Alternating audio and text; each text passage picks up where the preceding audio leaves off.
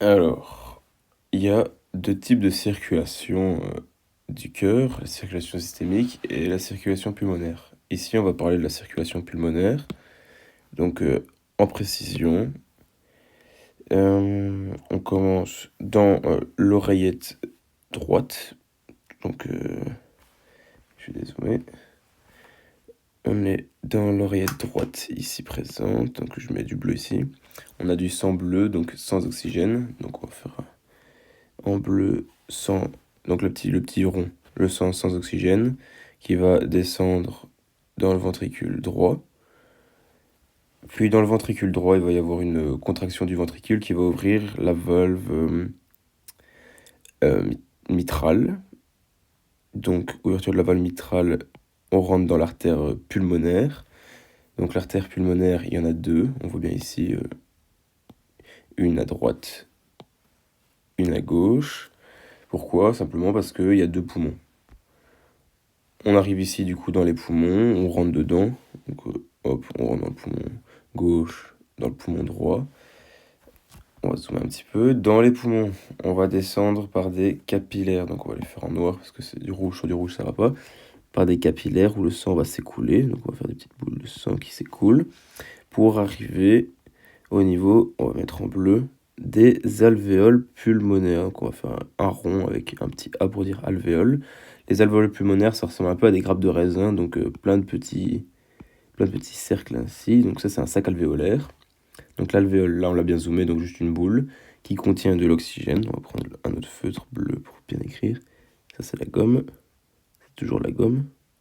Donc de l'O2. Sachant que dans le capillaire, le sang est désoxygéné, donc il n'a pas d'O2. Ce qu'on va faire... Merde, pourquoi j'ai mis O2? Ce qu'on va faire, c'est que l'alvéole va donner de l'oxygène au capillaire. Et le capillaire, lui, donc on va refaire une autre alvéole, ici. Donc une autre petite alvéole, avec un capillaire qui passe. Et le capillaire, en échange, il va donner du CO2. Hop, il donne du CO2. Qui a été capté au niveau des organes et des tissus.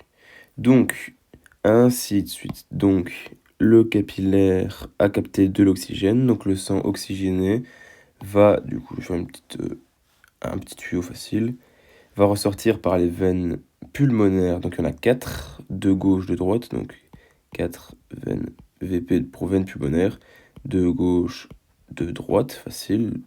Donc là, j'en ai juste dessiné une en gros pour vous expliquer simplement qu'après, le sang, donc là, on va le mettre bien en rouge. Donc on a plein de sang qui va revenir vers l'oreillette gauche, au cœur gauche, du sang qui sera du coup fort en oxygène. C'est pour ça qu'on le représente ici en rouge. Il va revenir dans l'oreillette gauche, s'écouler dans le ventricule gauche, et puis contraction des ventricules dans la valve bicuspide.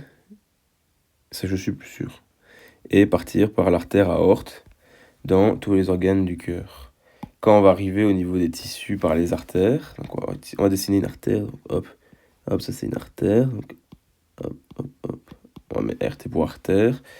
Il y a du sang, donc on va mettre du rouge, qui a de l'O2, qui va rentrer dans un organe, donc l'organe on va le faire en noir, ORG pour organe. Le sang, du coup, va s'écouler dans l'organe, déposer de l'O2 dans le lit capillaire artériel, et ensuite ressortir par une veine, sauf que à la place de l'O2 qui va ressortir, c'est du sang désoxygéné qui ressort avec du CO2. Le CO2, après, qui va revenir, on va faire une grosse ligne, par l'oreillette droite, et ainsi de suite, revenir ventricule droit, artère pulmonaire, déposer le CO2 dans l'alvéole, reprendre de l'oxygène, repartir par l'oreillette gauche, ventricule gauche, artère aorte. Et voilà comment ça se passe, les échanges gazeux.